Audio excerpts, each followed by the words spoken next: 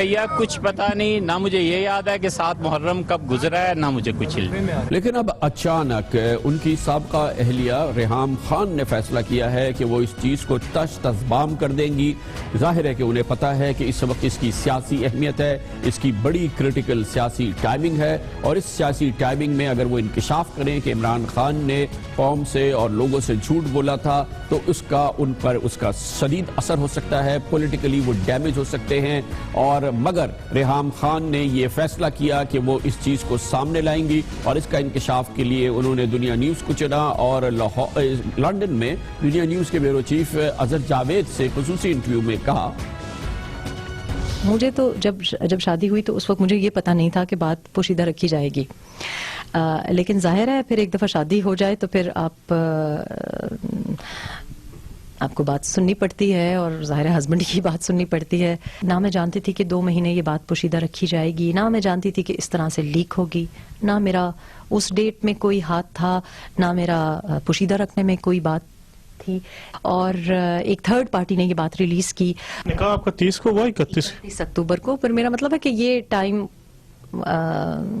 مجھے نہیں پتا کہ کیوں چوز کیا گیا تھا۔ مولوی صاحب بھی وہی موجود تھے اور گواہان بھی وہی موجود تھے، لیکن میرا تو خیال یہ ہے کہ چیزیں چھپانی نہیں چاہیے۔ کیا دوبارہ نکاح ہوا تھا؟ میرا خیال ہے کہ تھوڑا سا کچھ رسمن آپ نکاح کہہ لیں یا فوٹوگرافز کے لیے دوبارہ کیا گیا تھا۔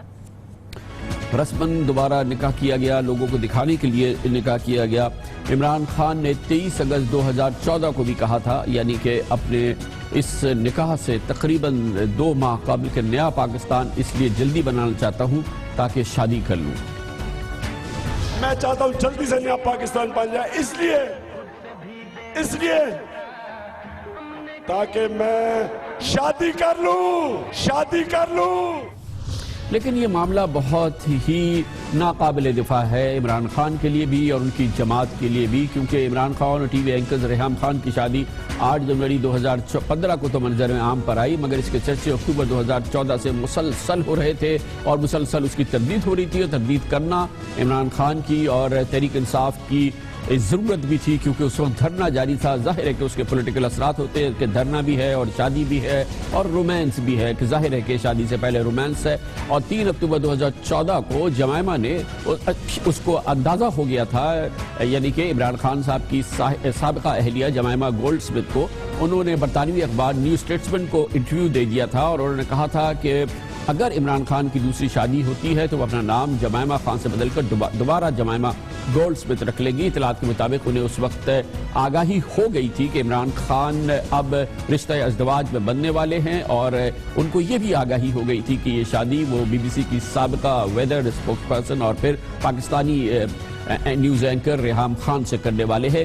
30 دسمبر کو جبکہ اس کا باقاعدہ اعلان ہوا، میل آن لائن نے، برطانیہ کے ممتاز اخبار میل آن لائن نے آن لائن اپنے ایڈیشن میں یہ خبر دے دی تھی کہ BBC کی ویدر گرل سے شادی ہو گئی ہے عمران خان کی، اور عمران خان کے سیاسی یہ پورا ماحول تھا، اور اس پورے ماحول میں جبکہ کیونکہ دھرنا بھی جاری تھا، لگتا یہ ہے کہ علامہ ڈاکٹر طاہر القادری کو بھی اس کی آگاہی ہو گئی تھی، اور وہ شاید بھاپ گئے تھے کہ اب یہ عمران خان شادی کرنے والے ہیں، اسی لیے شادی سے 1 ہفتے پہلے 21 اکتوبر کو انہوں نے دھرنا ختم کرنے کا اعلان کر دیا تھا۔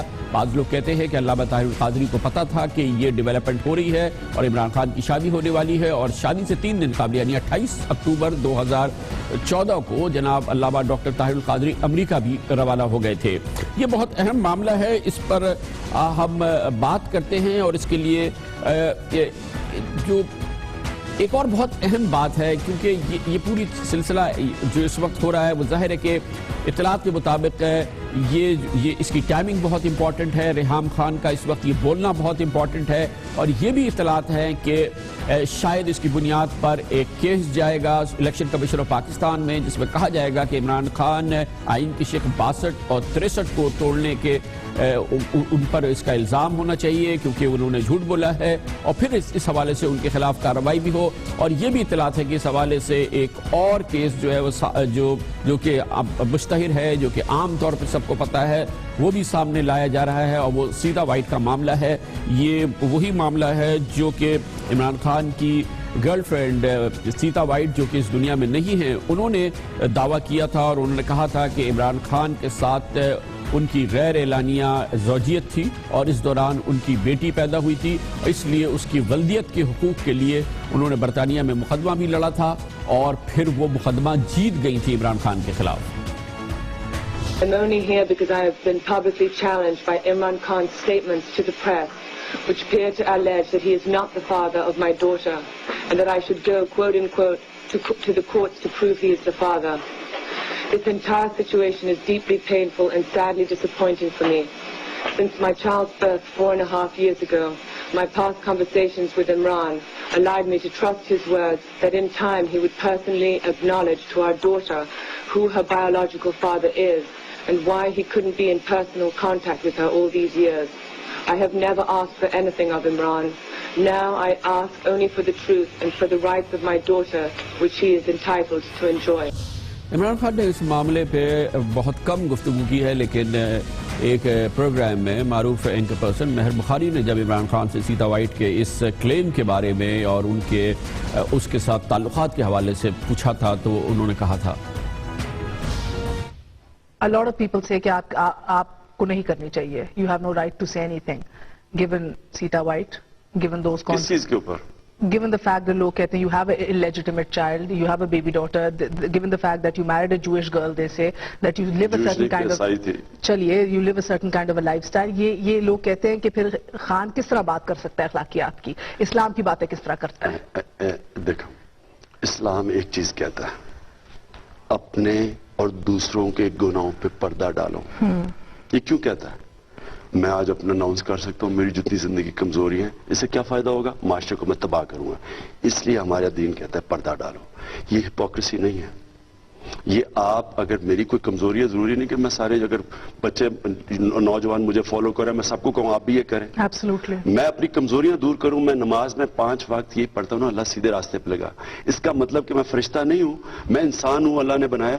اور انسان کوشش کرتا ہے، اپنے نفس سے سارا وقت لڑتا ہے، اپنے آپ کو بہتر کرتا ہے. ایک چیز بہرحال لگ رہی ہے کہ اس وقت کی ٹائمنگ بہت کریٹیکل ہے، بہت امپورٹنٹ ہے. ریحام خان کا اس وقت سامنے آنا اور ان کا یہ انکشاف کرنا کہ عمران خان نے ان سے نکاح اس کے اعلان سے 2 ماہ قبل کیا تھا اور اس دوران اس حوالے سے دروغ گوئی کی گئی. یہ انتقام محض ایک سابقہ اہلیہ کا انتقام ہے یا یہ کہ اس کے سیاسی موٹو بھی ہو سکتے ہیں اور اس کے اثرات آگے چل کے کیا ہوں گے، یہ ہم پوچھیں گے. اور اس کے لیے ہمیں جوائن کیا ہے پاکستان کے نامور سینئر صحافی جناب عارف نظامی نے. بہت بہت شکریہ نظامی صاحب. ہو نہیں سکتا کہ بغیر موٹیو کی یہ چیز ہو. ریحام خان نے یہ بات کی، چلیں سچ بات تو ہے، لیکن کیا موٹیو کیا ہو سکتے ہیں ریحام کے؟ دیکھیں جی، شی از اے بیٹر وومن. ان کا جو پہلی شادی تھی وہ بھی جو ان کے ایکس ہسبینڈ ہیں وہ یہ کئی دفعہ واضح کر چکے ہیں کہ وہ بھی خاصا ایک بڑا مشکل مرحلہ تھا کہ she could get very violent. اب ان کا جو ٹیلی ویژن کریئر ہے وہ بدقسمتی سے وہ بھی نہیں چل سکا. پولیٹیکل کریئر بھی بڑی ایمبیشس تھی، وہ بھی نہیں چل سکا. جو ان کی فلم تھی وہ بھی بالکل فلاپ ہو گئی، یا وہ مطلب فلاپ کیا ہوئی، وہ بن ہی نہیں پائی وہ جو پروجیکٹ تھا. تو اگر آپ ساری باتیں لیں تو وہ خاصی ایک فرسٹریٹڈ اور بٹر خاتون ہے، اور اس وجہ سے اب وہ دوبارہ اسٹیج پر آ کے کوئی تھوڑی سی ذرا اہمیت لینا چاہتی ہیں. لیکن جہاں تک اس بات کا تعلق ہے کہ ان کے اور خان صاحب کے رشتے جو ہیں وہ جدا ہو چکے، ان کو ایک چیپٹر کلوز کر کے آگے کی طرف چلنا چاہیے. لیکن اس کے پولیٹیکل موٹیو ہو سکتے ہیں کیونکہ ٹائمنگ بڑی کریٹیکل ہے. اس وقت عمران خان ایک بٹر جنگ لڑ رہے ہیں پرائم منسٹر نواز شریف اور موجودہ گورنمنٹ کے خلاف ہے. اس وقت ریحام خان کا یہ ڈسکلوجر جو ہے اس کے کوئی پولیٹیکل موٹیو ہو سکتے ہیں آپ کے خیال میں؟ یقیناً مجھے اس بارے میں کوئی علم نہیں ہے، لیکن بعض لوگ اسپیکولیٹ کرتے ہیں کہ ان کو خصوصی طور پر یہ ٹیلی ویژن پروگرام دلوایا گیا کہ وہ اس کا نام بھی شاید تبدیلی تھا کہ وہ خان صاحب کو چیلنج کریں گی، لیکن کم از کم اگرچہ اشاروں کنایوں میں بات ہوئی تھی لیکن وہ پروگرام بھی فلاپ ہوا. لیکن اس میں کوئی انہوں نے خصوصی طور پہ خان صاحب کو آؤٹ آف دا وے جا کے اٹیک نہیں کیا. دراصل ایک بڑا یہ پرسنل سا مسئلہ ہے. اس وقت بھی مجھے یہ ذاتی طور پہ علم تھا کہ وہ خان صاحب اپنے کلوز سرکلز میں کہتے ہیں کہ میری زندگی اجیرن کر دی اس خاتون نے اور my life is like a nightmare. بلکہ انہوں نے ایک فلم ہے اس کا جیسے کہ میں دوبارہ عرض کروں کہا کہ my life is like nightmare on Elm Street. تو خان صاحب ویسے ایک چیز میں ضرور عرض کروں گا سیاسی طور پہ کہ کوئی اتنے اچھے ڈیسیجن میکر نہیں ہیں کم از کم میچ میکنگ کے بارے میں. اسی لیے اب وہ ذرا پھونک پھونک کر قدم رکھ رہے ہیں. اگرچہ انہوں نے کہا کہ میں شادی کروں گا لیکن اس بارے میں انہوں نے کوئی ابھی حتمی لیکن نظار صاحب ایک اور چیز بڑی اہم ہے کہ ریحام خان بہرحال 1 سال تک ان کی وائف رہی ہیں اور ظاہر ہے کہ وہ بہت ساری چیزوں کی پریوی ہے, وہ بہت ساری چیزیں جانتی ہوں گی obviously. اور اگر وہ اس قسم کی جیسے کہ اب انہوں نے یہ بات کی ہے, آپ کے خیال میں یہاں رک جائیں گی یا اور باتیں وہ کرنا چاہیں گی یا کر سکتی ہے اگر واقعی وہ اس وقت اسکور سیٹل کر رہی ہے؟ ہاں میرا خیال ہے کہ وہ یقیناً کر سکتی ہیں. دیکھیں جی جو بیڈ روم کی باتیں جو انہوں نے کہا کہ مجھے پتہ لگ جاتی ہیں, حالانکہ ایسی بات نہیں ہے, لیکن بہت ساری چیزیں وہ کر سکتی ہیں جس سے خان صاحب کے وہ ذاتی کیریکٹر پہ وہ یعنی ذاتی کیریکٹر سے مراد ان کے کوئی اس طرح کے کردار کے لیے میں بات کر رہا, لیکن مقصد ہے کہ گھر میں جو بھی باتیں ہیں جس طرح خان صاحب کے انداز ہیں طریقے ہیں اس میں یقیناً وہ بہت ساری باتیں کر سکتی ہیں, لیکن ابھی تک انہوں نے اپنے آپ کو میرا خیال ہے ریسٹرین ہی کیا اس معاملے میں.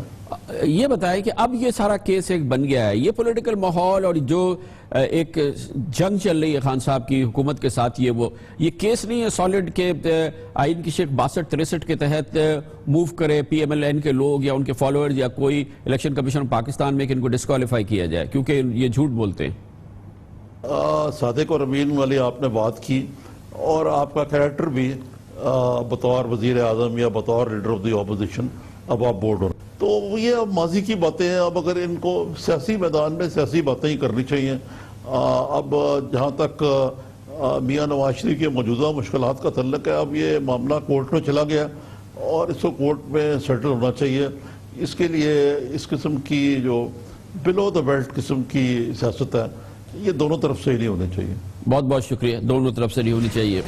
کمرشل بریک اور اس کے بعد ذکر کرتے ہیں حکومت سندھ کی کارکردگی کے حوالے سے. ہم اس پروگرام کو ضرور فوکس کرتے ہیں. ہم نے کچھ عرصے پہلے آپ کو بتایا تھا کہ کافی طویل عرصے سے حکومت سندھ کی سینکڑوں گاڑیاں ایسے لوگوں کے پاس ہیں جن کا اس سے کوئی تعلق نہیں ہونا چاہیے. اس کی پیٹرول بھی حکومت سندھ دے رہی ہے, اس کی مینٹیننس بھی حکومت سندھ دے رہی ہے, اربوں روپے کا خرچہ کر رہی ہے اور یہ موجود ہے. اب مراد علی شاہ صاحب نے کہا ہے کہ 1 ہفتے کے اندر یہ گاڑیاں واپس نہیں کی تو وہ پولیس کے ذریعے اس کو واگزار کرائیں گے. اس کے بارے میں بات کرتے ہیں چھوٹے سے وقفے کے بعد.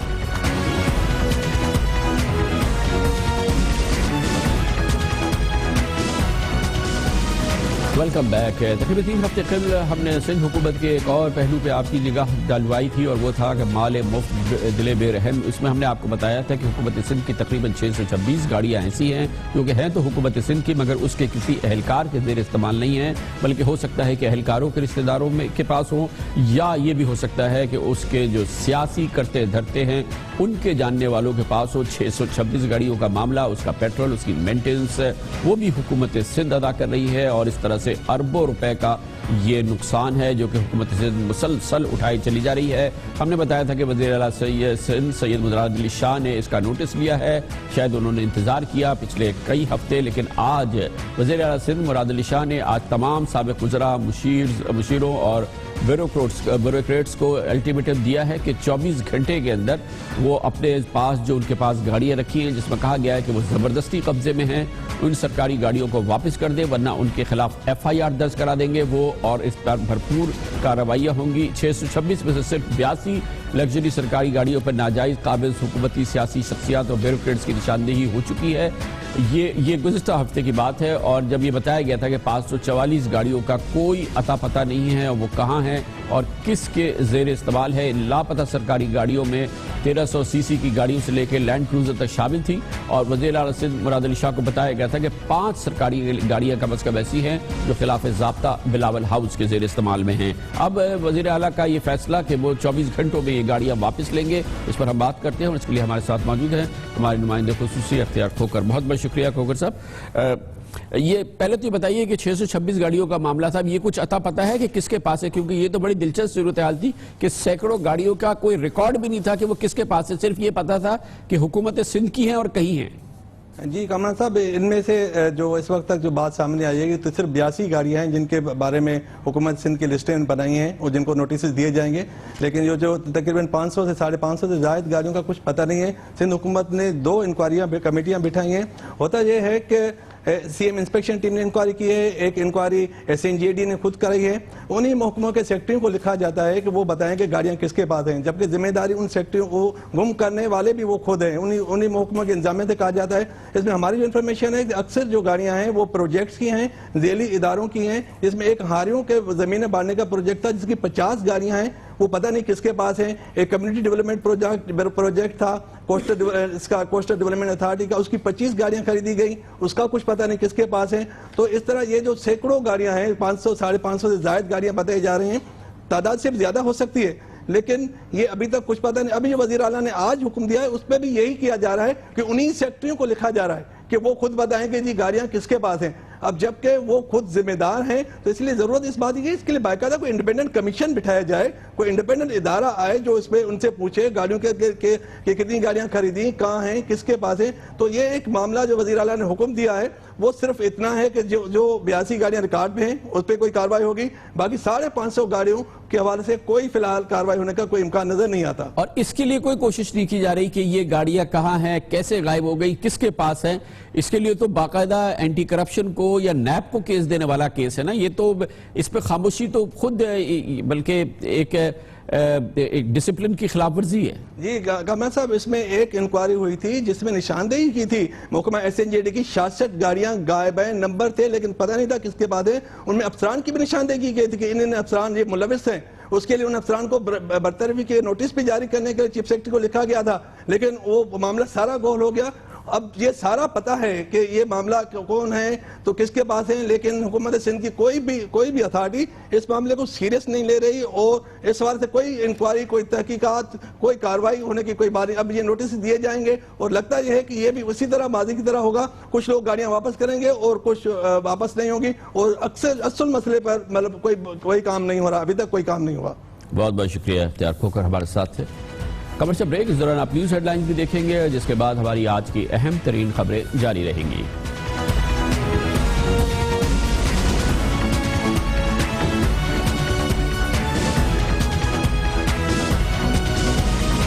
پاکستان کا سب سے معتبر نیوز شو دنیا کامران خان کے ساتھ.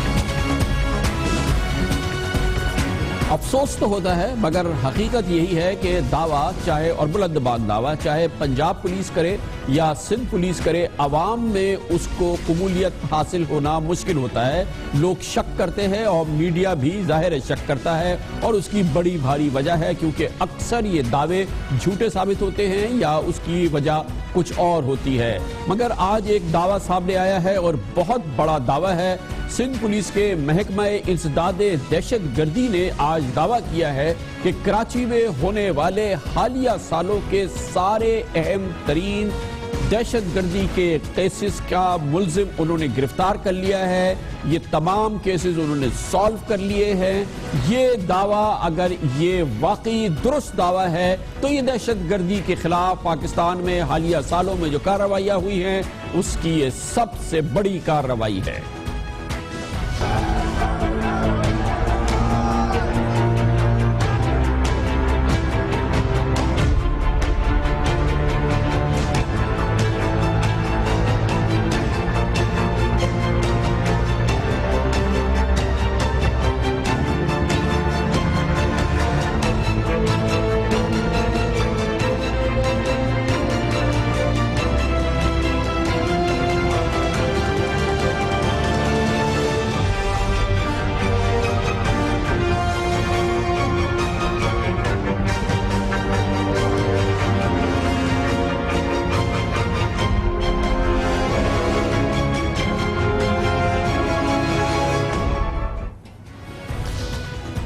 ہمیں بھی یہ دعویٰ قبول کرنے میں کافی مشکل ہوتی. تجربے کی بنیاد پر شاید اس حوالے سے ہمارے ذہن میں درجنوں سوالات آتے جو کہ اب بھی ہیں, لیکن اصل بات یہ ہے کہ نہ صرف یہ دعویٰ سامنے آیا ہے بلکہ پاکستان پولیس کے اہم ترین ایسے آفیسرز جن کی کہ ریگارڈ کیا جاتا ہے, جن کی پروفیشنل کمپیٹنس ہے, وہ اس وقت سندھ میں تعینات ہیں اور وہ اس کی تصدیق کر رہے ہیں. وہ کہتے ہیں کہ انہوں نے اس کی کنفرمیشن کی ہے اور وہ سمجھتے ہیں کہ یہ دعویٰ درست ہے. ان تمام کیسز کے, جس کی کہ ابھی آپ نے ایک جھلک دیکھی, ان تمام کیسز کے ملزمان کو پکڑا گیا ہے. اس کے لیے دعویٰ کیا گیا ہے کہ ایک شخص جس کا نام آصف عرف کیپری اور اسحاق عرف بابی بتایا گیا ہے, ان کا تعلق کالعدم لشکر جھنگوی سے بتایا گیا ہے اور یہی ہیں مرکزی بنیادی کردار ان دہشت گردی کے تمام واقعات کے لیے. اور کیونکہ یہ اتنی بڑی کامیابی ہے, اس کے لیے آج خود وزیر اعلیٰ سندھ جناب مراد علی شاہ نے پریس کانفرنس کی اور اس کا باقاعدہ اعلان کیا. لیاقت آباد کے علاقے سے 2 اشخاص جو ہیں وہ گرفتار کیے ہیں. ایک کا نام اسحاق ایلیس عرف بابی اور دوسرے کا نام عاصم ایلیس کیپری. ان کو گرفتار کیا بہت سارے ہتھیاروں کے ساتھ. 28 انسیڈنٹس ہیں جن کا پروف ملا ہے, یعنی یہ بیلسٹک ایگزامینیشن کے بعد ویپنز وغیرہ میچ ہوئے ہیں. ان 28 میں سے تقریباً 9 ایسے انسیڈنٹس ہیں جو ویسے تو 28 میچ میں, لیکن 9 میجر انسیڈنٹس ہیں.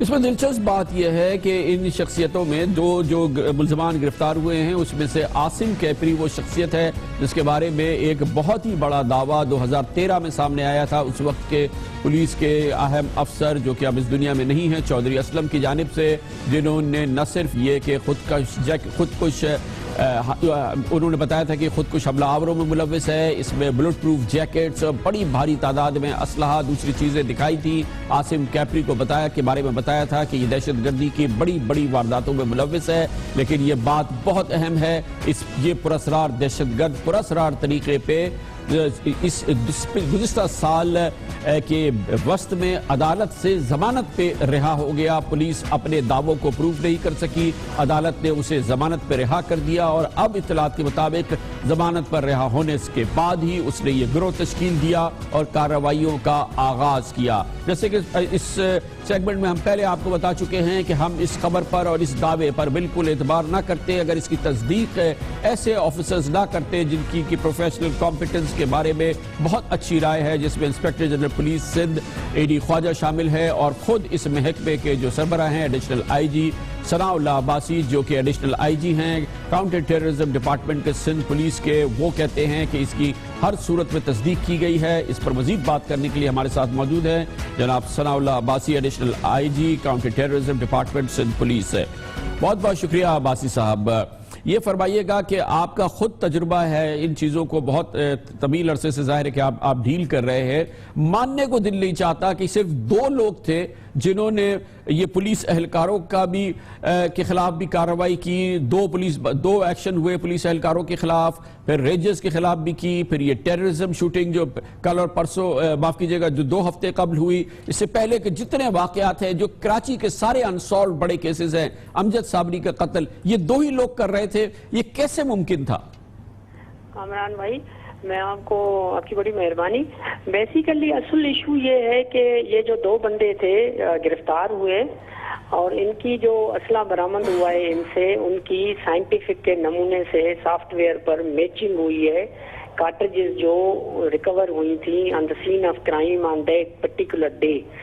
تو ہم اس بنیاد پر ایک تو وہ کنفیشن کر رہے ہیں, بتا رہے ہیں کہ ہم نے یہ کیے ہیں, ہم اس کو مطلب چھوڑ کے بھی دس از انڈیپینڈنٹ ارریفیوٹیبل ایویڈنس جو سافٹ ویئر ہے جو امریکن نے یا فارن کنٹریز نے دیا ہوا ہے سندھ پولیس کو IBIS کے تھرو, اس کے تھرو یہ ویریفیکیشن اس کی ہوئی ہے نمبر 1 which is irrefutable, جو بندہ کوئی کر ہی نہیں سکتا نمبر 1. نمبر 2 میں آپ کو بتاؤں دوسرا یہ کہ آج میں خود DG رینجرز خود اور انٹیلیجنس کے ادارے 4 گھنٹے تک ان کے پاس بیٹھے رہے, ویریفیکیشن کی, اس کے بعد یہ ہم نے مطلب یہ سارا کچھ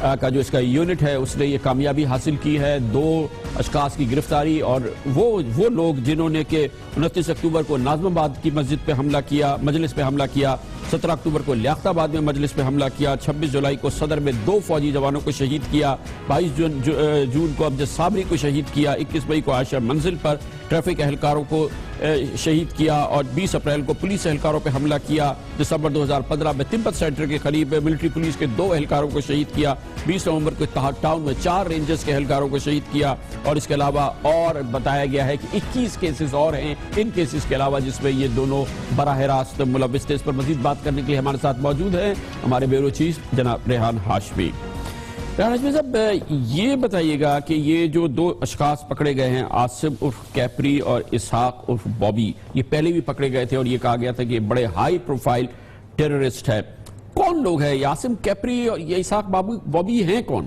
بیسیکلی جیسے ایڈیشنل آئی سی ڈی نے بتایا کہ اس گروپ سے تعلق ہے آصف چھوٹو کو، یہ 2 گروپ کام کرتے ہیں کراچی، نعیم بخاری، آصف چھوٹو، جی نعیم بخاری اور آصف چھوٹو، یہ نعیم بخاری کے لیے کام کرتے تھے، اور دوسرا گروپ تھا جو ان کا آپس میں کلیش ہوا تھا نعیم بخاری اور آصف چھوٹو کا، وہ داعش میں چلا گیا تھا، یہ القاعدہ کے لیے کام کرتے ہیں۔ یہ ان کے ٹوٹل 12 لڑکے ہیں جو کراچی میں انہوں نے چھلاوا بنے تھے سندھ پولیس کے لیے، اور یہ ان کی گرفتاری کے بعد ابھی جو اہم باتیں سامنے آئیں گی اس میں سب سے اہم بات ہے کہ ان کی جے آئی ٹی کرائی جا رہی ہے، ان کے تمام ان کی جو جیو فینسنگ کرائی جا رہی ہے، 2 ان کے نمبر سے وہ پکڑے گئے تھے، ان کی جیو فینسنگ ہو گئی ہے، اس کے علاوہ ان کے جو موبائل فون اور ان کے ڈیٹا ہے لیپ ٹاپ کا وہ بھی فورنسک کے ذریعے نکالا جا رہا ہے۔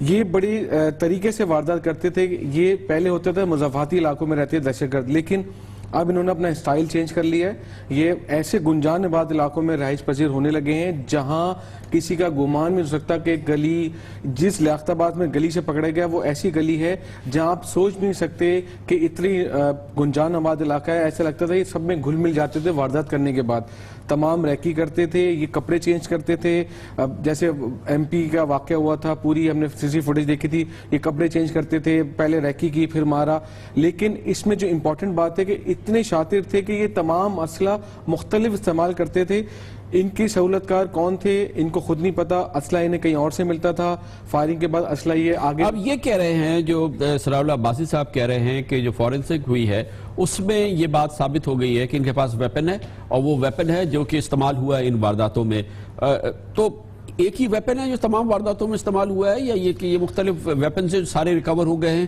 اور وہ میچ ہو گئے ہیں؟ دیکھیں کامران صاحب، جب بھی کوئی واقعہ ہوتا ہے دہشت گردی کا، اس کے ایمٹیز جاتی ہیں آپ فورنسک میں، تو 17 قسم کے ان کے ویپنز ان سے ملے ہیں مختلف، اس میں 9 mm ہیں، اور ہمارے ذرائع کہتے ہیں کہ پوری رات کل جب یہ پکڑے گئے تقریباً 11 گھنٹے پولیس نے لگائے اس کی تمام فورنسک کرنے کے لیے، وہ تمام کیسز نکالے گئے، وہ ایف آئی آر 2014 سے لے کے 2016 تک کی تمام ڈیٹیل مانگیں گے، اس میں ڈاکٹر شامل ہیں، پروفیسر شامل ہیں، سی ٹی ڈی کا پولیس اہلکار شامل ہیں، وہ تمام کی ایم ٹیز ان کے پاس جمع تھیں، ان کی فورنسک کرائی، اور فورنسک کی بنیاد پر ان کو پیش آج وزیر اعلیٰ نے پریس کانفرنس کی۔ دیکھیں سب سے امپورٹنٹ بات یہ کہ پولیس یہ کہتی ہے، امجد صابری اب تک ڈسکلوز نہیں ہوتا کہ ہمیں اسلحہ نہیں ملا اس لیے ہم کنفرم نہیں تھے، کیونکہ ہم نے بھی رپورٹ کیا تھا امجد صابری کے قاتل پکڑے گئے۔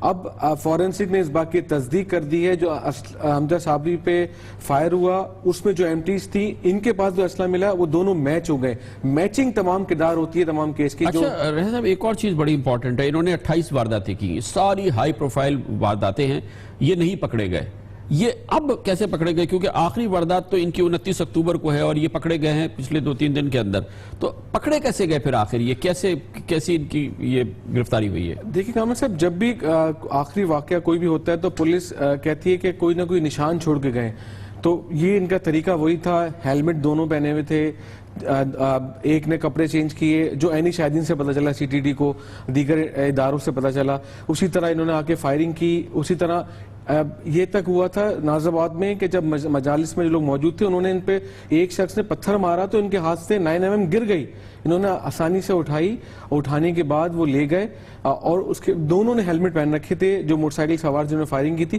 تو یہ وہ کہا جاتا ہے کہ یہ نشان ضرور چھوڑتے ہیں. انور صاحب نے بھی ایسے ہی کیا کہ فائرنگ انہوں نے سامنے سے کی, ایم پی والے بھی انہوں نے فائرنگ پیچھے سے کی تھی, اور آپ نے دیکھا تھا جو صدر کے فوجی جو اہلکار جا رہے تھے شہید ہوئے ان کو انہوں نے بھاگ کے گئے, قریب جا کے فائرنگ کیا. تو وہ تمام چیزیں تھیں جو اسٹیمپ کہلاتی ہے کسی بھی کیس کی تفتیش کے لیے بڑی امپورٹنٹ تھی, اس کی بنیاد پر ان کو گرفتار کیا.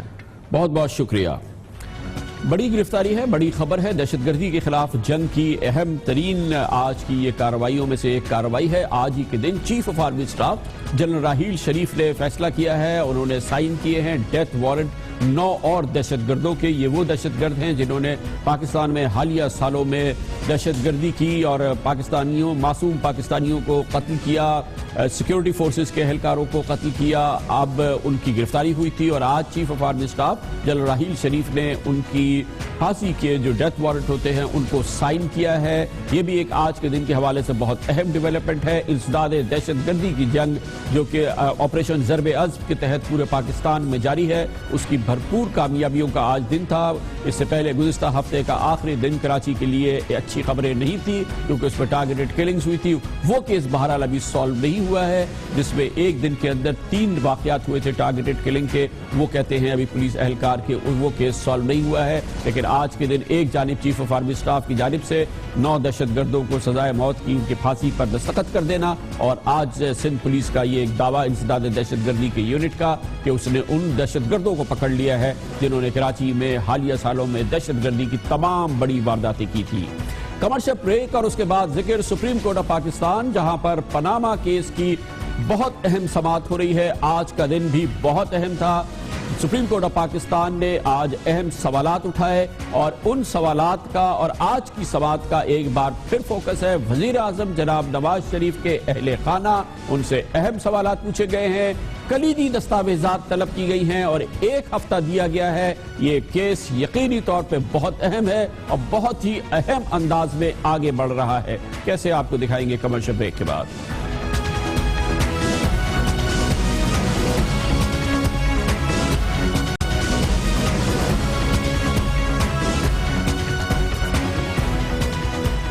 سپریم کورٹ آف پاکستان میں بہت اہم سماعت ہو رہی ہے. پاناما لیکس کے حوالے سے آج کی جو کارروائی ہوئی وہ بھی بہت اہم تھی, اور اس لیے بھی بہت اہم تھی کہ آج کی کارروائی میں واضح طور پہ نظر آیا کہ سپریم کورٹ آف پاکستان کا فوکس اس معاملے میں وہ تمام الزامات ہیں جن کا تعلق وزیر اعظم جناب نواز شریف اور ان کے اہل خانہ کے ساتھ ہے.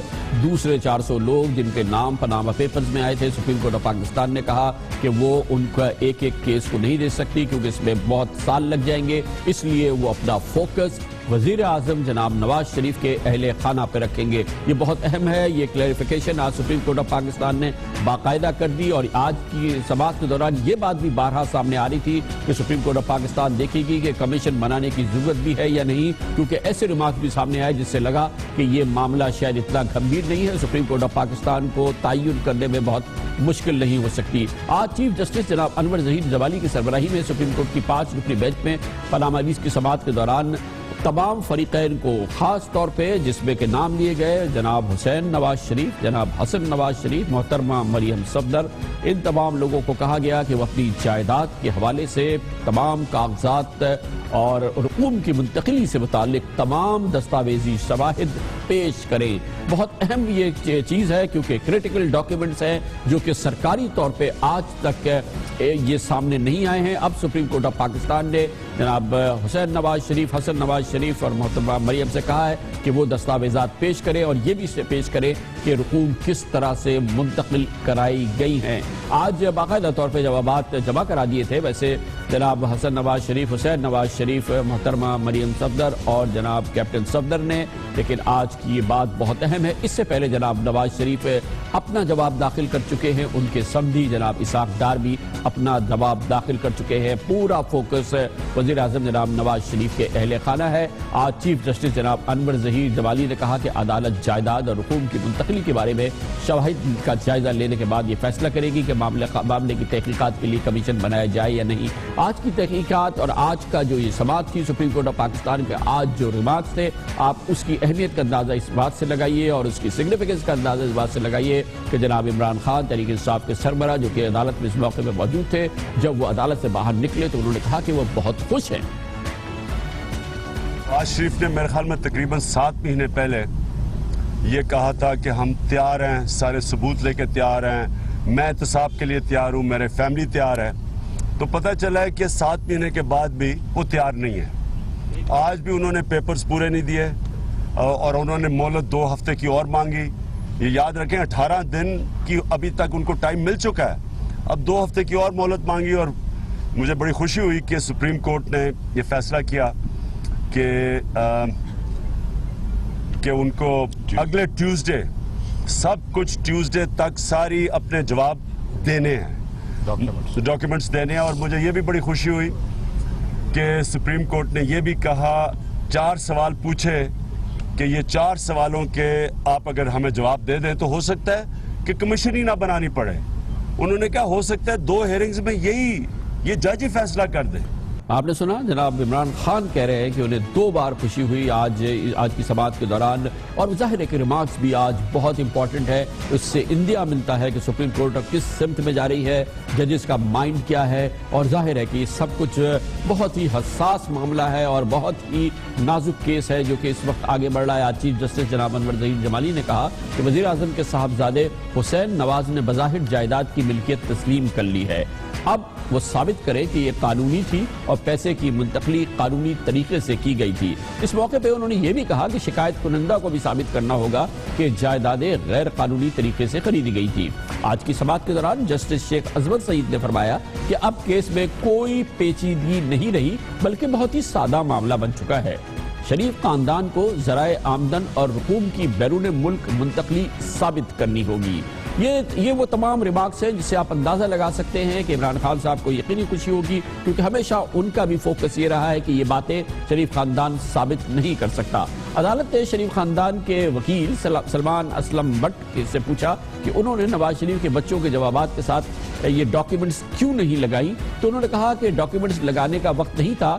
اس پر چیف جسٹس اس پر جناب جسٹس آصف سعید کھوسا نے فرمایا کہ اگر آپ نے ایسا نہ کیا تو خدا نخواستہ مشکل میں پھنس سکتے ہیں.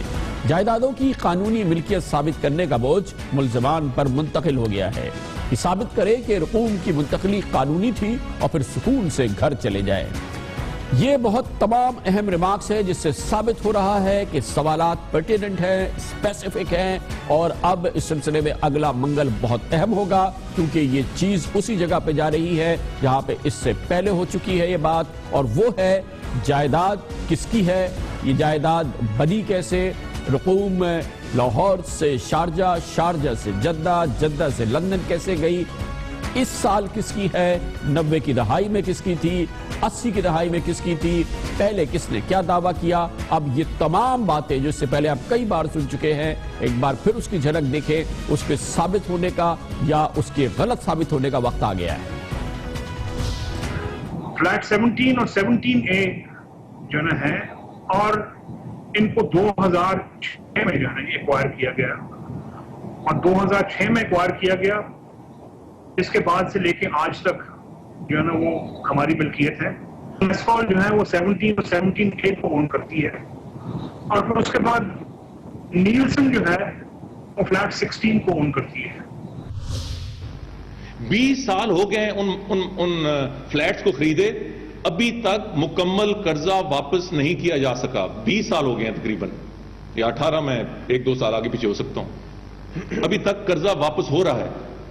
سو یہ کوئی انہونی بات نہیں ہے, ریکارڈ پہ ہے. Do you know who owns the flat? Well, it's on a rent.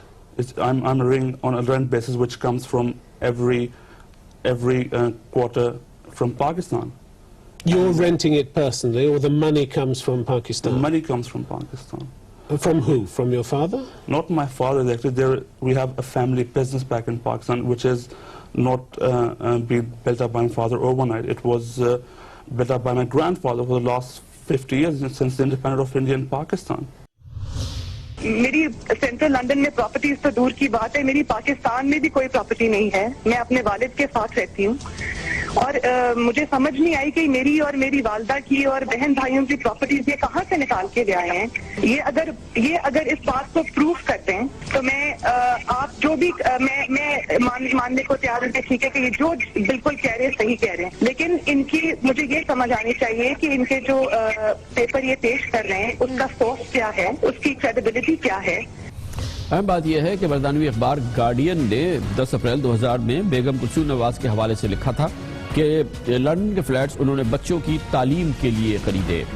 آج کے سماعت کے دوران ایک اور اہم بات سامنے آئی کہ ابھی تک یہ 100% نہیں بات طے ہے کہ سپریم کورٹ آف پاکستان ایک کمیشن بنانے جا رہی ہے، کیونکہ اس حوالے سے جو آج ریمارکس سامنے آئے ہیں وہ بھی بہت دلچسپ ہے کہ کمیشن بنے گا، اور کمیشن بنے گا تو کس حساب سے بنے گا.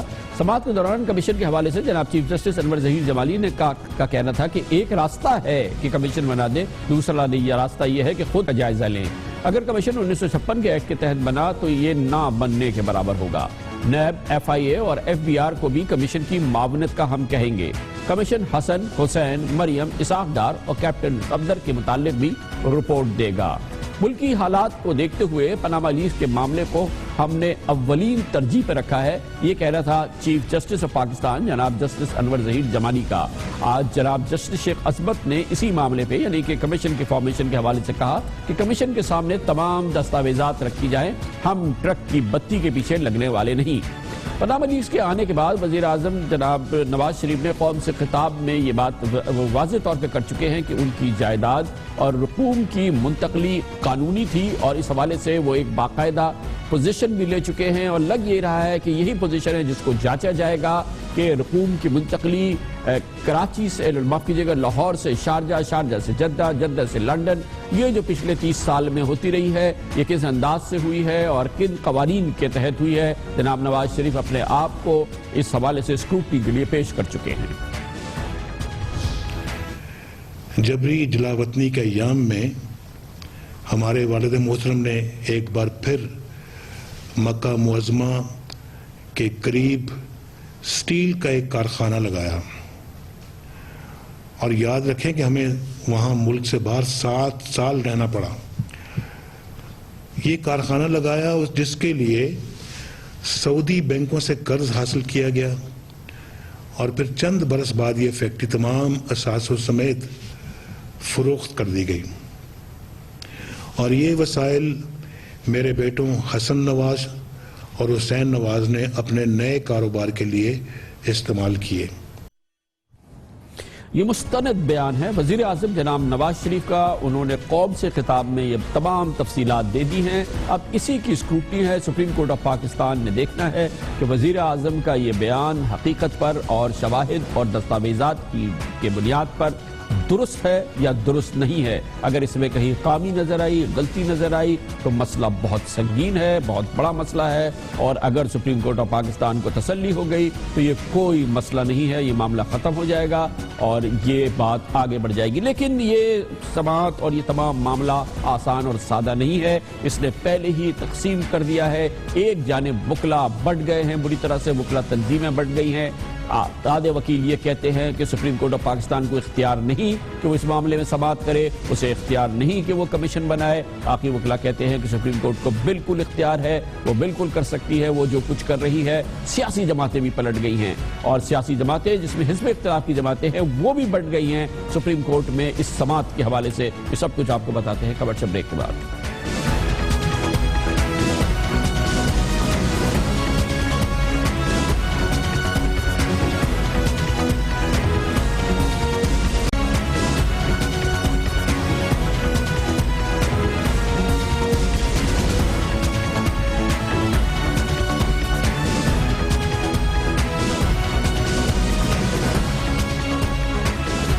پاناما لیکس کے حوالے سے سپریم کورٹ آف پاکستان میں سماعت اور بہت ہی حساس نازک معاملات، کیونکہ اس کا تمام فوکس وزیر اعظم کا خاندان ہے. وزیر اعظم ہیں، ان کے سمدی ہیں، ان کے داماد ہیں، ان کی صاحبزادی ہیں، ان کے صاحبزادے ہیں. اس کے علاوہ سپریم کورٹ نے کہہ دیا ہے کہ وہ اور کسی مسئلے پہ نہیں جائے گا، صرف فوکس یہی رہے گا. اور جب یہ سماعت ہو رہی ہے سپریم کورٹ آف پاکستان میں، ظاہر کلیدی اور بہت اہم سماعت ہے. اب اس میں بہت اہم ڈاکیومنٹس مان لیے ہیں سپریم کورٹ آف پاکستان نے. اس نے تقسیم کیا ہے ہے. پہلے ہی یہ معاملہ متنازع بن گیا ہے. ابھی تو سماعت شروع ہوئی ہے. ایک جانب پاکستان کے وکلا اس میں بٹ گئے ہیں. وکلا کی نامور تنظیمیں اس معاملے پہ بٹ گئی ہیں. کچھ لوگ کہتے ہیں, کچھ کلیدی وکلا اور ان کی تنظیمیں کہتی ہیں, اس کے حصہ کہتا ہے کہ سپریم کورٹ آف پاکستان کو اختیار نہیں ہے, وہ جو آج کر رہی ہے اسے نہیں کرنا چاہیے. پہلے اسے اپنے جو ججز ہیں ان کے جو کیسز سپریم جوڈیشل کاؤنسل میں ہیں اس کی تحقیقات کرنی چاہیے. ان جج صاحب کی تحقیق کرنی چاہیے لاہور ہائی کورٹ کا, جن کا کہ نام پاناما میں آیا تھا.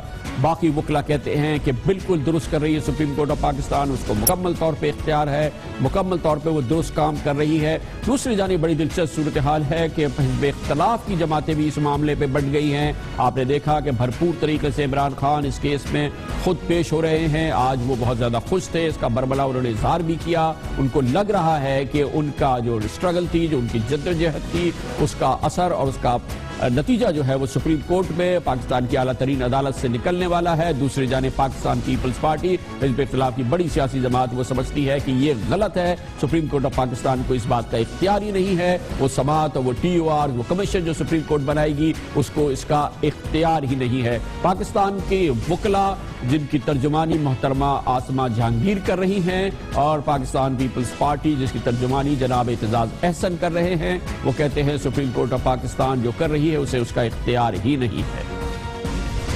اس میں کمیشن نہیں بنانی چاہیے. اس میں اگر کام جلدی اجرت سے کرنا ہے تو جو پاناما پیپرز بل کے اپوزیشن کا بل ہے جس میں ہم نے ٹی او آرز بھی اس میں بنائے ہیں, وضع کیے ہیں, ان کو لے کر اور سپریم کورٹ خود اس پہ فیصلہ کرے. کمیشن کے ذریعے فیصلہ اور انکوائری اور تحقیق اس معاملے میں تاخیر پیدا کر دے گی. جو یہ پریسیڈنٹ بنانے جا رہے ہیں کہ ٹی او آر بھی بنائے, ٹی او آر بنانے کا کیا تعلق ہے سپریم کورٹ کا؟ سپریم کورٹ قانون کے مطابق چل سکتی ہے, سپریم کورٹ سیاسی معاملات نہیں حل کر سکتی ہے. تو نہ ان کو کرنا چاہیے, یہ کنٹروورشل ہو جائیں گے. ہم نہیں چاہتے کہ ہماری یہ انسٹیٹیوشن جس کو ہم بہت امیج اس کا بالا تر چاہ رہے ہیں کہ کسی طرح وہ انڈرمائن ہو. یہ آپ نے اندازہ لگا لیا کہ ابھی تو یہ کام شروع ہوا ہے, ابھی تو سماعت شروع ہوئی ہے, کس حد تک تقسیم ہو چکی ہے پاکستان کی سیاسی قیادت, پاکستان کی حزب اختلاف کی قیادت, وکلا کی قیادت. اس سلسلے میں ایک بہت اہم ڈیولپمنٹ ہو چکی ہے. پاکستان کے وکلا کی سب سے اہم تنظیم پاکستان بار کاؤنسل میں اختلاف ہو چکا ہے.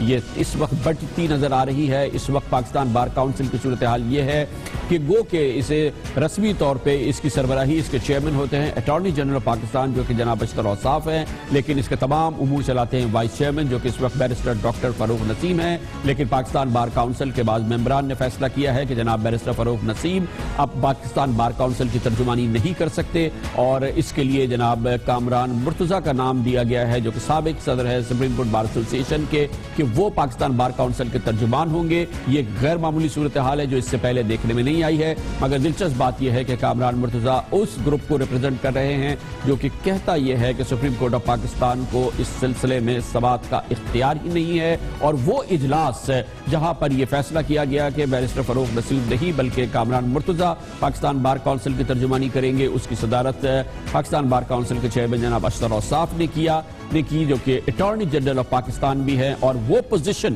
جو کہ پاکستان بار کاؤنسل لے رہی ہے وہ اس اجلاس میں تھی جس کی سربراہی جناب اشرف اوصاف کر رہے ہیں. مگر یہ آپ کو علم ہوگا کہ حکومت پاکستان جناب نواز شریف اور پاکستان مسلم لیگ نون کہہ چکی ہے کہ وہ سپریم کورٹ آف پاکستان کی اس معاملے میں دلچسپی کو, اس سماعت کو اور اس تمام کارروائی کو بھرپور طریقے سے تسلیم کرتی ہے, اس کے نتائج کو بھی تسلیم کرے گی, اور یہ ہر صورت میں ایسا ہی ہونا چاہیے. اس پر مزید معلومات حاصل کرتے ہیں, دو ویوز حاصل کرتے ہیں. اس کے لیے ہمیں جوائن کیا ہے پاکستان بار کاؤنسل کے وائس چیئرمین بیرسٹر ڈاکٹر فاروق نسیم نے اور پاکستان بار کاؤنسل کے آج کے ترجمان جناب کامران مرتضیٰ نے. بہت بہت شکریہ بیرسٹر ڈاکٹر فاروق نسیم صاحب.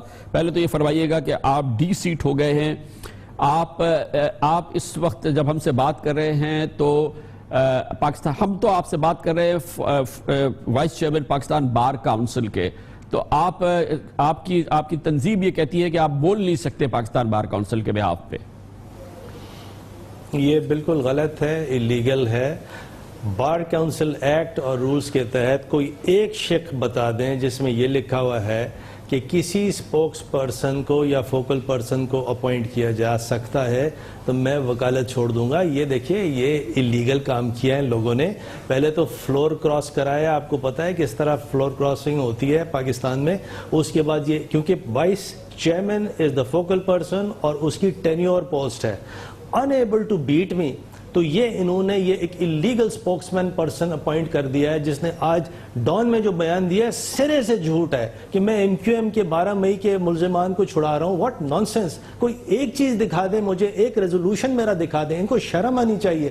اس طرح یہ وکیل ہیں, اس طرح کی بات کر رہے ہیں. یہ خود الطاف حسین صاحب کے وکیل تھے میرے ساتھ, جس میں معافی کروائی گئی تھی الطاف حسین کو کنٹمپٹ پروسیڈنگز میں. پہلی بات. پھر دوسرا جھوٹ انہوں نے یہ بول دیا کہ میں نے چیف جسٹس منصور علی شاہ کے ریزگنیشن ڈیمانڈ کیے. دس از اگین ٹوٹلی لائز. یہ کر یہ رہے ہیں کہ unable to beat me. کوئی سینس کی بات کریں, کوئی رول بتائیں, کوئی ریگولیشن بتائیں جس میں یہ سپرسیڈ کر سکتے ہیں. وہ کر نہیں سکے تو انہوں نے کہا چلو یہ جھوٹ بول کے میں ان کو گندا کروں. بہرحال مائی رائٹس آر ریزروڈ. کوئی ایک بھی پروویژن نہیں ہے پاکستان بار کاؤنسل ایکٹ میں یا رولز میں جو کہ کامران مرتضی صاحب مختصراً اس کا جواب اگر عنایت کر دیں, کیونکہ ہمارے اس سیگمنٹ کا موضوع یہ پاکستان بار کاؤنسل کے اختلافات نہیں, ہم وسیع موضوع پہ بات کریں. صرف مختصراً کیونکہ یہ ڈاکٹر فروغ رسول نے بات کی. بہت غصے میں ڈاکٹر صاحب بہت غصے میں. ہمارے ہاں یہ ہوتا ہے کہ جب کوئی میجارٹی لوز کر جاتا ہے تو وہ ریزائن کر دیتا ہے. ڈاکٹر صاحب نہیں کرتے. No issue. ہم نے ان کو جو ہے نا ڈی سیٹ نہیں کیا. یہ اسٹل وائس چیئرمین ہے. اس سے پہلے کوئی مثال موجود ہے کامران مرتضی صاحب, کبھی پاکستان بار کاؤنسل کی ہسٹری میں ایسا ہوا ہے؟ میں تین چیزوں کا حوالہ دے دیتا ہوں ڈاکٹر صاحب کی نالج کے لیے بھی اور باقی جو سن رہے ہیں ہمارے ساتھی ان کی نالج کے لیے بھی. رول 185 جو ہے پاکستان, یہ 76 والے رولز کا یہ ہمیں پرمٹ کرتا ہے, اور اس کو ملا کے ہم پڑھتے ہیں سیکشن 21 جنرل کلاسز ایکٹ کی. یہ جو اختیار دیا ہوا ہے وائس چیئرمین کو بار کاؤنسل نے دیا ہوا ہے, اور میجارٹی وہ اختیار دیتی ہے. اور جب میجارٹی آپ کے ساتھ نہیں رہتی اور میجارٹی آپ سے اختیار واپس لے سکتی ہے, وہ اتھورائز ہے. تو ہم نے جو ریزولیشن کیا ہے وہ میجارٹی کے تحت کیا ہے. ایک اور امپریشن آپ کی سٹیٹمنٹ میں گیا کہ اس جو اجلاس تھا اس کو پریزائڈ کیا اشتر اوصاف صاحب نے. اشتر اوصاف صاحب by virtue of his post as attorney general جو ہے نا وہ ہر میٹنگ کو پریزائڈ کرتے ہیں. ایون جس میں ڈاکٹر صاحب الیکٹ ہوئے تھے اس کو بھی انہوں نے پریزائڈ کیا تھا, اور اس کے بعد کی بھی تمام میٹنگز کو جہاں پہ کوئی انیبلٹی آ جائے ماسوائے اس کے باقی تمام. کامران صاحب صرف ایک مختصر مجھے صرف جواب دیجیے تاکہ ہم اپنے موضوع پر آئیں. اس سے پہلے پاکستان بار کاؤنسل میں کوئی نظیر ملتی ہے اس قسم کے قدم کی کہ وائس چیئرمین کو ایک طرح سے سسپینڈ کر دیا جائے اور ایک سپوکس مین اناؤنس ہو جائے, اس کو ڈی سیٹ کر دیا جائے؟ اس کے علاوہ کوئی مثال ہے؟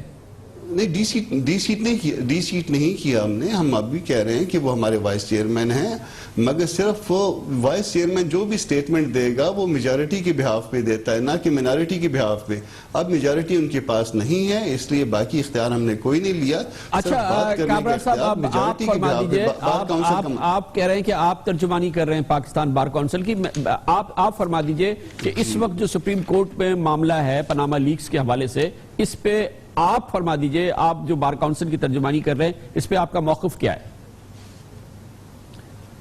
اس پہ ہم نے 26 کے لیے جو ہے نا میٹنگ کنوین کی ہوئی ہے. اس پہ ہم نے فائنلی ریزالو نہیں کیا کیونکہ یہ میٹر ایجنڈے میں نہیں تھا. تو ایک ہمارے کسی ساتھی کے اعتراض پہ ہم نے اس معاملے کو رکھا تھا. ہم سب کی ریزرویشنز ہیں, ہم سب سمجھتے ہیں کہ سپریم کورٹ کو اس معاملے میں نہیں آنا چاہیے, مگر اس کو ویٹ کر لیجئے کہ ہم اس پہ ڈیلیبریٹ کر لیں اور اس کے بعد ہم اپنا کوئی ویو پوائنٹ دیں, تو وہ میرے خیال زیادہ مناسب ہوگا. ابھی آپ اس پہ پاکستان بار کاؤنسل کی آپ جو کہہ رہے ہیں آپ کوئی رائے نہیں ہے, آپ کے اس وقت بے رائے ہے پاکستان بار کاؤنسل اس معاملے میں کم از کم 26 نومبر تک.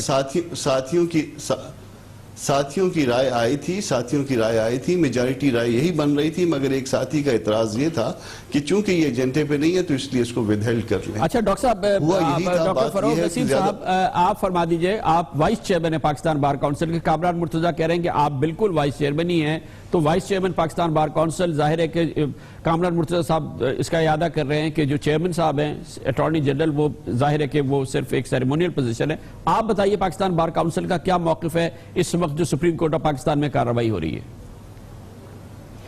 30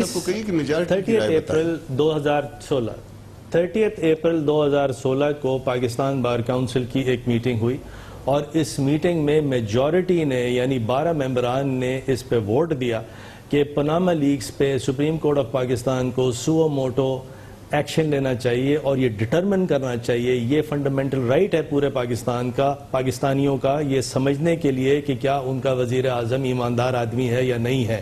اس میٹنگ میں جو 30 اپریل 2016 کو ہوئی، 3 سپٹمبر 2016 کو بھرے ہاؤس نے اس کی منٹس کو اپ ہولڈ کیا.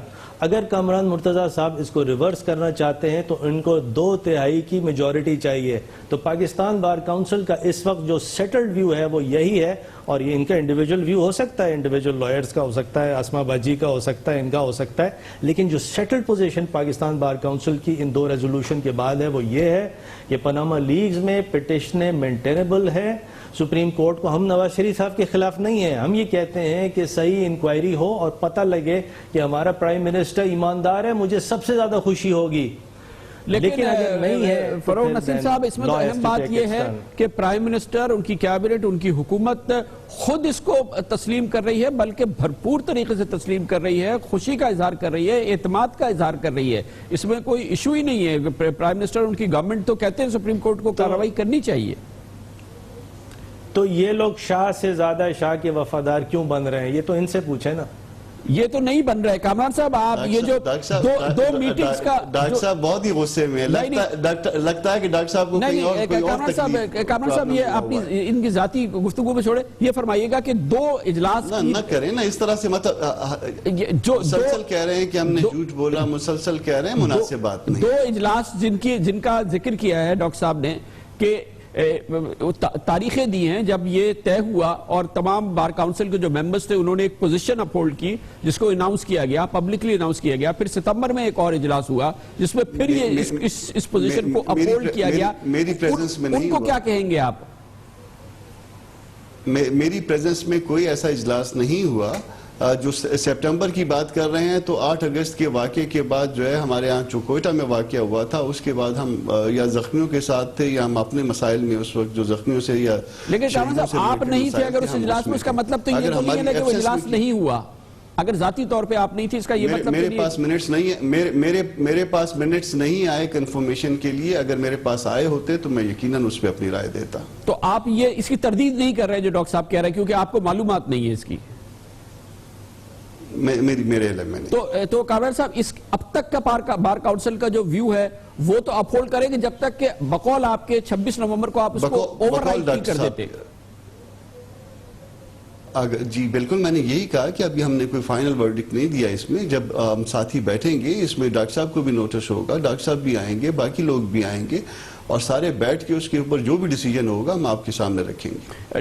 ڈاکٹر صاحب یہ فرمائیے گا کہ وہ اصحاب، اب ہم دوسری بات کر رہے ہیں، ابھی ہم نے اعتزاز احسن صاحب کو سنا، انہوں نے کہا کہ اختیار نہیں ہے کمیشن بنانے کا، اختیار نہیں ہے ٹی او آرز بنانے کا. محترمہ آسمہ جہانگیر بھی کہہ رہی ہیں کہ سپریم کورٹ کو اختیار نہیں ہے، وہ کمیشن نہیں بنا سکتا، وہ ٹی او آرز نہیں بنا سکتا. ان تمام معاملات کے حوالے سے آپ کی کیا قانونی رائے ہے؟ آپ کیوں سمجھتے ہیں کہ یہ غلط ہے یہ لوگ؟ دیکھیں، میں گزارش کروں، اعتزاز احسن صاحب میرے سینئر ہیں اور میرا بڑے محبتوں کا رشتہ ان کے ساتھ ہے. How ever, as a council اور ایز ایڈوکیٹ اور ایز سٹیزن آف پاکستان میں یہ بلیو کرتا ہوں کہ سپریم کورٹ کے پاس آرٹیکل 184(3) میں کمپلیٹ پاورز ہیں. یہ کانسٹیٹیوشنل کورٹ ہے اور کانسٹیٹیوشنل کورٹ کیا، سول کورٹ بھی کسی پر کمیشن بنا سکتی ہے. روزانہ ناظر اپوائنٹ کیے جاتے ہیں، ان سے کہا جاتا ہے آپ رپورٹ دو. ان کے ٹرمز آف ریفرنس جو ہے سول کورٹ، کانسٹیٹیوشنل کورٹ بناتی ہیں. میں آپ کو کم سے کم ایسے کوئی 400-500 آرڈر دکھا دوں جس میں میں خود پیش ہوا ہوں سول سوٹس میں اور کانسٹیٹیوشنل کورٹ میں، جہاں اس قسم کی سپریم کورٹ جو ہے، سپریم کورٹ کہہ رہا ہوں، اور عدالت جو ہے وہ ٹی او آرز یعنی ٹرمز آف ریفرنس اس کمیشن کے بناتی رہتی ہے اور اس میں کوئی 2 اوپینین نہیں ہے. یہ خامخواہ الجھا رہے ہیں معاملے کو.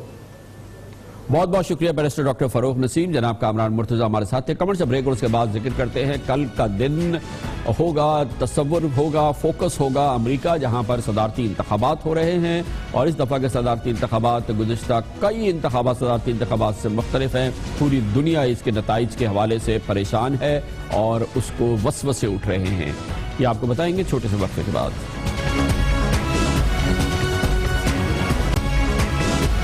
جواب